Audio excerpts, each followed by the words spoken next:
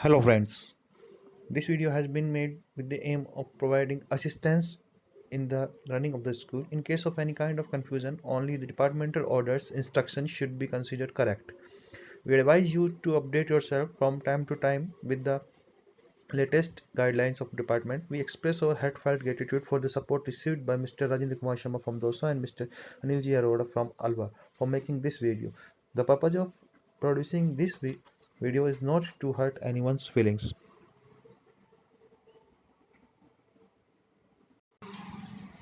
नमस्कार साथियों, स्कूल संचालन में सहायता प्रदान करने के उद्देश्य से इस वीडियो को बनाया गया है। किसी भी प्रकार कन्फ्यूजन की स्थिति में विभागीय आदेश निर्देशों को सही माना जाए। हमारी आपको सलाह है कि समय समय पर अपने आप को नवीनतम दिशा निर्देशों से अपडेट करते रहें। इस वीडियो को बनाने में हमें श्री राजेंद्र कुमार शर्मा जी दौसा और श्री अनिल जी अरोड़ा अलवर से जो सहयोग प्राप्त हुआ उसके लिए हम उनका तहे दिल से आभार व्यक्त करते हैं। इस वीडियो निर्माण का उद्देश्य किसी की भावनाओं को ठेस पहुँचाना कतई नहीं है।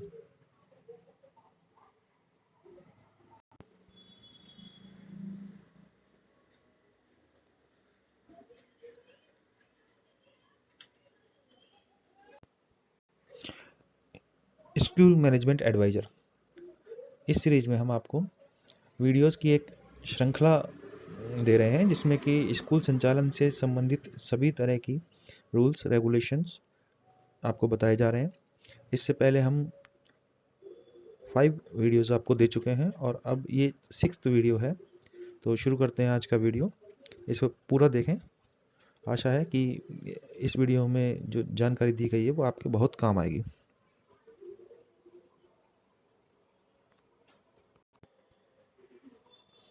अगर आपने अभी तक इस चैनल को सब्सक्राइब नहीं किया है तो जल्दी से सब्सक्राइब कर दीजिए जिससे कि आने वाले सभी वीडियो आपको मिल सकें।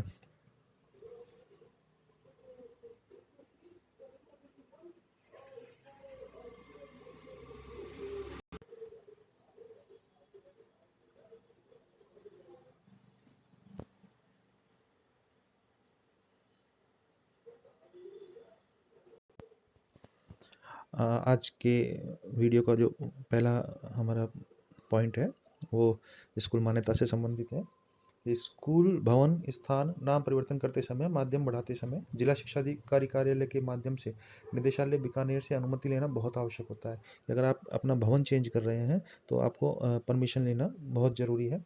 भवन नाम माध्यम बढ़ाने परिवर्तन करने की अनुमति चाहने बाबत फाइल लगानी चाहिए। अगर आप स्कूल का नाम भी चेंज करना चाह रहे हैं या कोई माध्यम आप चेंज करना चाह रहे हैं, इंग्लिश मीडियम से Hindi medium, Hindi medium English medium, या कोई अतिरिक्त माध्यम लेना चाह रहे हैं तो आपको उसकी अपने ऑफिस में फाइल लगानी चाहिए जिससे भवन का ब्लूप्रिंट, भवन सुरक्षा प्रमाण पत्र, भवन के स्वामित्व के दस्तावेज, किरायानामा, रजिस्टर्ड किरायानामा, लीज डीड, संस्थापन, छात्र नामांकन, फर्नीचर उपलब्धता, नल, बिजली, खेल मैदान, विभिन्न शर्तों के शपथ पत्र, वांछित फीस की डीडी सहित तथा अन्य आवश्यक दस्तावेजों सहित संलग्न कर अंतिम तिथि से पूर्व ऑनलाइन आवेदन कर फाइल प्रस्तुत कर डी ऑफिस के रिसिप्ट बाबू अधिकारी से कवरिंग लेटर की प्रति पर फाइल प्राप्ति के हस्ताक्षर व नाम पद सहित रिसिप्ट ले लेनी चाहिए। तो ये बहुत ज़रूरी है कि जब भी आप फाइल जमा कराने जाएं तो रिसिप्ट ज़रूर लेकर आएँ।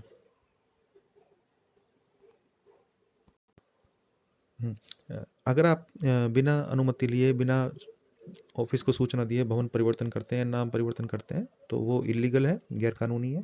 तो दूसरा पॉइंट हमारा उसी से संबंधित है कि बिना फाइल लगाए या बिना सूचना भवन परिवर्तन करना सरासर गैरकानूनी है, चाहे उसी भवन के पास ही दूसरा भवन आपका हो तो भी बिना अनुमति, बिना सूचना भवन परिवर्तन नहीं करना चाहिए। क्योंकि यदि कोई संचालक स्कूल परिसर से सटे हुए भवन भूखंड का उपयोग करे तो भी भवन सुरक्षा प्रमाण पत्र उसको बनवा लेना चाहिए और भवन के ब्लूप्रिंट में उस नए भवन भूखंड को भी शामिल करना अनिवार्य है। मान्यता लेते समय प्रस्तुत ब्लूप्रिंट के अलावा अन्य कक्षों भूखंड भवन का उपयोग गैरकानूनी है। अतः जिस परिसर का उपयोग करें उसे भवन के ब्लूप्रिंट में अवश्य शामिल करें, यानी कि जहाँ आपका स्कूल चल रहा है और जिस पोर्शन को आप स्कूल काम में ले रहे हैं वो आपके भवन के जो ब्लूप्रिंट है उसमें शामिल होना चाहिए। तीसरा पॉइंट है कि यदि ज़रूरी हो तो भवन परिवर्तन की फाइल लगाते ही माध्यम भी बढ़ा लेना चाहिए और ज़रूरी हो तो विद्यालय का रुचि के अनुसार नाम भी परिवर्तन कर लेना चाहिए। उच्च माध्यमिक स्तर पर कोई विषय या संकाय बढ़वाना हो तो उनके लिए भी एक साथ ही आवेदन कर देने चाहिए, जिससे अलग-अलग बाद में लगने वाले खर्चे और तनाव से बचा जा सकता है। माध्यम बढ़ाते समय नए माध्यम की प्रस्तावित फीस ज़्यादा निर्धारित करनी चाहिए, जिससे बार-बार फीस वृद्धि के झंझट से बचा जा सके। शुरू से ही फीस आप ज़्यादा रखेंगे तो आपको बाद में दिक्कत नहीं आएगी। यदि किसी कारण से बिना अनुमति, बिना सूचना भवन परिवर्तन कर भी लिया हो, तो पूर्व भवन की असुविधाओं, समस्याओं की एप्लीकेशन बच्चों, अभिभावकों से लिखवाकर फाइल में रखनी चाहिए अथवा पूर्व भवन मालिक से भवन खाली कराने के लिखित नोटिस फाइल में रखने चाहिए। यह भी तत्कालिक बचाव के लिए कारगर साबित हो सकता है। तो जिस कारण से आपने उस भवन को चेंज किया है, वो आपके पास लिखित में होना चाहिए। नेक्स्ट पॉइंट बड़ा इंपॉर्टेंट पॉइंट है और ये स्कूल बस से संबंधित पॉइंट है, बाल वाहिनी से संबंधित पॉइंट है। देखेंगे इसको कि यदि बाल वाहिनी बस स्कूल के नाम से ही हो तो ही उन पर स्कूल का नाम लिखवाएं। अगर कॉन्ट्रैक्ट पर लगाए हुए वाहन हो तो कॉन्ट्रैक्ट पर लगाए हुए वाहनों पर स्कूल का नाम नहीं लिखवाएं। दुर्घटना होने में कमी पाए जाने पर सारा दोष स्कूल संचालक पर मढ़ा जाता है और अभिभावकों को स्कूल द्वारा वाहन किराए की रसीद भी आपको नहीं देनी चाहिए। यदि केवल संतुष्टि के लिए देनी हो तो वाहन मालिक ड्राइवर से ही दिला देनी चाहिए। वैसे भी अभिभावकों को इनकम टैक्स आदि में केवल शिक्षण शुल्क यानी ट्यूशन फीस में ही रिबेट मिलती है। वाहन कॉन्ट्रैक्ट करते समय स्कूल प्रमाण रखे ड्राइवर या वाहन मालिक को कॉन्ट्रैक्ट के सबूत बिल्कुल नहीं दे। यदि बस या बाल वाहिनी आपके स्कूल की खुद की है तो आपको इंश्योरेंस कराते समय फर्स्ट सेकंड के साथ ही थर्ड पार्टी इंश्योरेंस भी करा लेना चाहिए और फिटनेस हर साल ज़रूर करानी चाहिए। बिना फिटनेस वाले वाहन की दुर्घटना हो जाने पर सारे हर्जे खर्चे की जिम्मेदारी स्कूल की हो जाती है। इंश्योरेंस कंपनी कोई क्लेम को नहीं देती है। स्कूल वाहन का उपयोग स्कूली बच्चों के अलावा सवारी बारात लाने ले जाने के लिए अनुज्ञित या परमिटेड नहीं है। यदि ऐसे अवसर पर दुर्घटना हो जाती है तो स्कूल संचालक को ही सारा खामियाजा उठाना पड़ सकता है। आजकल स्कूल टूर भ्रमण प्रतिबंधित हो गया। जितने भी पिकनिक हैं आउट ऑफ स्टेशन जाने के, वो सब प्रतिबंधित हो गए हैं। यदि स्कूल टूर पर ले जाना हो तो वाहन के लिए जिला परिवहन अधिकारी या आरटीओ एवं बच्चों स्टाफ के लिए जिला शिक्षा अधिकारी की लिखित अनुमति जरूरी है। बिना अनुमति टूर ले जाने पर यदि दुर्घटना हो जाए स्कूल संचालक पर मुकदमा दर्ज हो सकता है और स्कूल की मान्यता स्थायी रूप से रद्द भी हो सकती है। तो जब भी आप कहीं बाहर टूर पर ले जाते हैं तो आपको परमिशन लेना बहुत ज़रूरी है।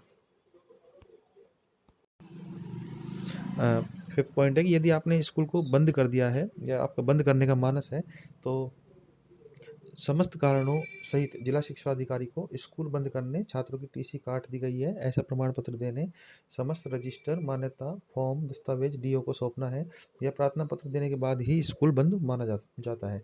यदि बिना सूचना स्कूल बंद कर दिया है तो शिकायत होने पर संस्था समिति के पदाधिकारियों के खिलाफ मुकदमा दर्ज किया जा सकता है। यदि समिति संस्था को ही बंद करना हो तो रजिस्ट्रार पंजीकृत सहकारी संस्था जिला कार्यालय को सूचित करना बहुत आवश्यक होता है। 6 पॉइंट स्कूल प्रिंसिपल को लेकर के है कि यदि स्कूल का प्रिंसिपल आपका चेंज हो जाता है तो नया जो आपने प्रिंसिपल रखा है उस प्रिंसिपल के नाम और मोबाइल नंबर आदि की सूचना रजिस्टर्ड डाक से अथवा पावती बाबू से रसीद लेकर के जिला शिक्षा अधिकारी कार्यालय को देना जरूरी है। बैंक खाते में भी खाता धारक का नाम विवरण तुरंत दुरुस्त कराएं। प्रधानाचार्य हमेशा वफादार व्यक्ति को ही बनाना चाहिए, लेकिन हर वर्ष नियुक्ति के लिए आवेदन लेना चाहिए। यह भी लिखवाना चाहिए कि कभी स्थायीकरण की मांग नहीं करेगा। तो भी कागजों में यानी ऑन रिकॉर्ड लंबे समय तक किसी को प्रिंसिपल नहीं रखना चाहिए। यदि संचालक प्रधानाचार्य के लिए अपात्र हो तो भी कुछ समय के लिए चाहे खुद को ही प्रधानाचार्य दर्शा दे, लेकिन लंबे समय तक किसी को गैर को प्रधानाचार्य नहीं रखना चाहिए। सातवां जो पॉइंट है वो स्कूल समिति के सचिव को लेकर के है कि स्कूल संचालकों में कई बार यह कन्फ्यूजन रहता है कि समिति संस्था का सचिव या कोई भी पदाधिकारी लाभ के पद पर नहीं रह सकता है और सीए भी कहते हैं कि समिति के पदाधिकारी लाभ के पद पर नहीं रह सकते हैं, लेकिन व्यावहारिक तौर पर यह संभव नहीं है। अतः सुनिश्चित करें कि स्कूल संचालक के परिवार के पास एक नंबर में अच्छी आय होनी चाहिए। जैसे सचिव मंत्री मानदेय नहीं ले सकता है, लेकिन यदि उसे स्कूल में कर्मचारी के रूप में अपन दिखाएं तो और चेक से भुगतान करें, स्टाफ रजिस्टर में हस्ताक्षर करे तो वह कार्मिक बन जाता है।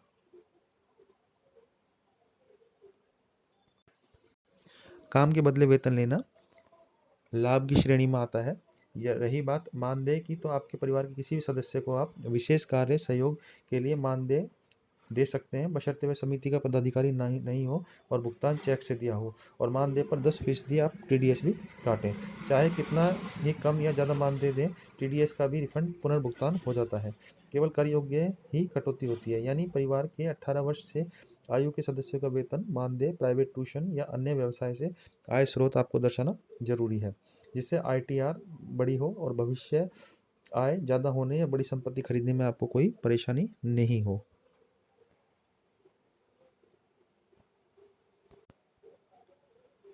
माना कि स्कूल संचालक स्कूल से वेतन मानदेय नहीं ले, और यदि आयकर विभाग पूछे कि आपके परिवार का खर्चा कैसे चलाते हो, जरूरत पड़ने पर स्कूल को आप उधार भी दे देते हो, तो कहाँ से देते हो, भवन कहाँ से बनाया, भूखंड कहाँ से खरीदा, शादी ब्याह बीमारी के खर्चे कहाँ से किए, आदि सैकड़ों सवाल होते हैं जिनके उत्तर ढूंढने में भी कठिनाई होती है। अतः यदि आप योग्य हैं तो बड़ा वेतन लें, चेक से लें, टीडीएस जमा कराएं, परिवार के सदस्यों को भी आय आप दर्शा सकते हैं।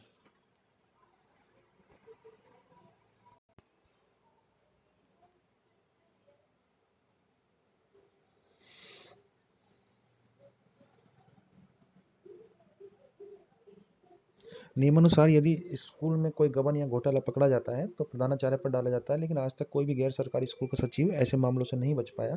यानी कि प्रधानाचार्य गलती करेगा तब भी स्कूल का सचिव मंत्री ही दोषी माना जाएगा, तो फिर कार्मिक बनने और वेतन लेने में कोई दोष नहीं है।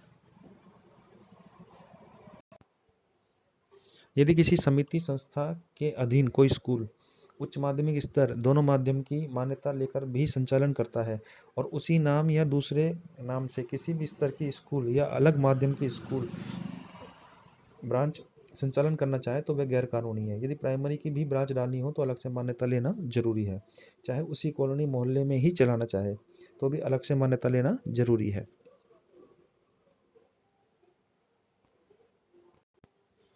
बहुत से बड़े स्कूल क्या करते हैं कि वो फ्रेंचाइजी के नाम पर लोगों को बेवकूफ़ बनाते हैं, बड़ी रॉयल्टी हिस्सेदारी लेते हैं, जबकि किसी भी स्तर के लिए मान्यता जरूरी होती है।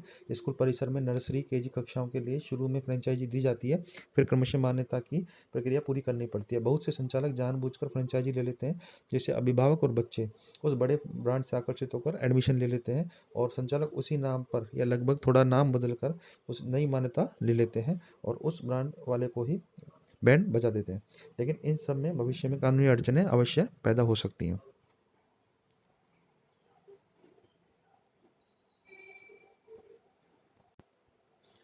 एक ही भवन में स्कूल के अलावा ITI, degree college, training college या स्कूल समय में कोचिंग संचालन हो तो यह गैर कानूनी है। यदि ऐसा प्रमाण पाया जाए तो सभी संस्थानों के खिलाफ कार्रवाई संभव है। आरबीएसई और सीबीएसई की कक्षाएं एक ही भवन में संचालित करना गैर कानूनी है। यदि एक ही परिसर में एक साथ आरबीएसई, सीबीएसई तथा यूनिवर्सिटी की परीक्षाएं संचालित की जाती हैं तो स्कूल प्रबंधन के साथ ही संबंधित अधिकारियों को भी दोषी माना जाता है। अतः ऐसी परिस्थितियां आने से पूर्व संचालक को संबंधित अधिकारियों को लिखित में सूचना अवश्य देनी चाहिए। तो ये था आज के वीडियो का अंतिम बिंदु। तो उम्मीद है कि सभी पॉइंट्स आपके काम के होंगे। आप एक बार इस वीडियो को दोबारा से देख लें।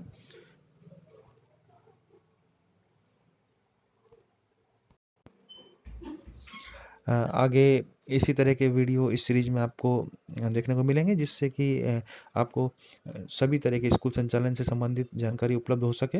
अभी तक हम इस सीरीज में आपको 5 वीडियो दे चुके थे, ये 6 वीडियो था। तो उम्मीद है कि आपने सबने इसका गेन हुआ होगा आपको। तो अब मिलेंगे नेक्स्ट वीडियो में।